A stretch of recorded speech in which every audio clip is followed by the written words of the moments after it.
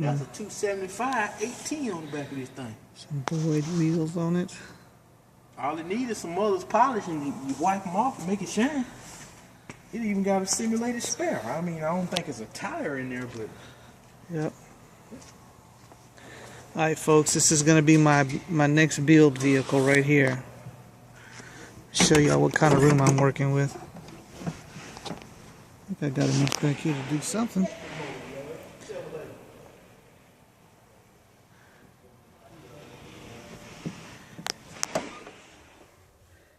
Look at that old school Advent amp over here.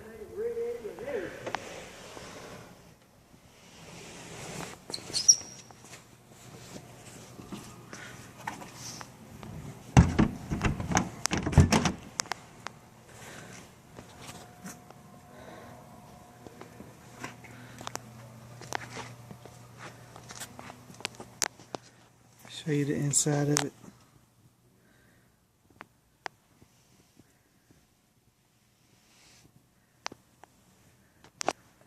Got this brake on the front of it.